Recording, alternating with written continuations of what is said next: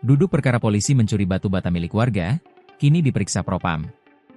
Polres Dairi mengungkapkan alasan Brigadir DS mencuri batu bata milik warga di Kecamatan Sitinjo, Kabupaten Dairi, Sumatera Utara. PLT Kasih Humas Polres Dairi Bribka Junaidi mengatakan kejadian itu terjadi pada Jumat, 28 Februari 2025. Menurutnya, ada kesalahpahaman yang terjadi saat itu. Sebab, lanjut Junaidi, DS mengira batu bata itu miliknya. DS ini punya ladang dekat dari lokasi pemilik batu bata.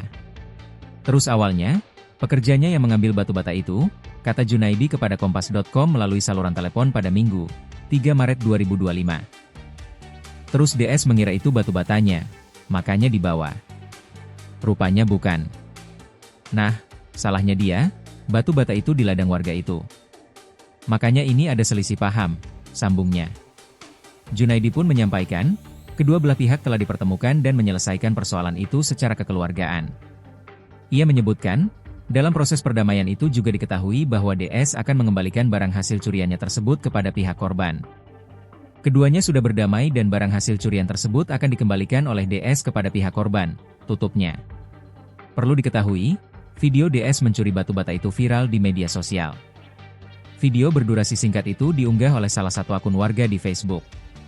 Terlihat DS, yang mengenakan pakaian merah jambu, sedang dikelilingi warga. Dinarasikan, peristiwa itu terjadi pada Jumat, 28 Februari 2025, sekitar pukul 23.30 waktu Indonesia Barat. DS diduga mencuri batu bata warga menggunakan pickup. Di tengah jalan, warga curiga dan mencegatnya. Percekcokan pun terjadi, hingga sejumlah warga lain keluar dari rumah.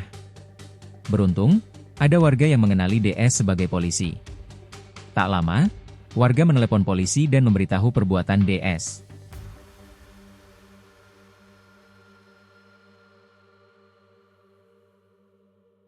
Download Tribun X sekarang, menghadirkan lokal menjadi Indonesia.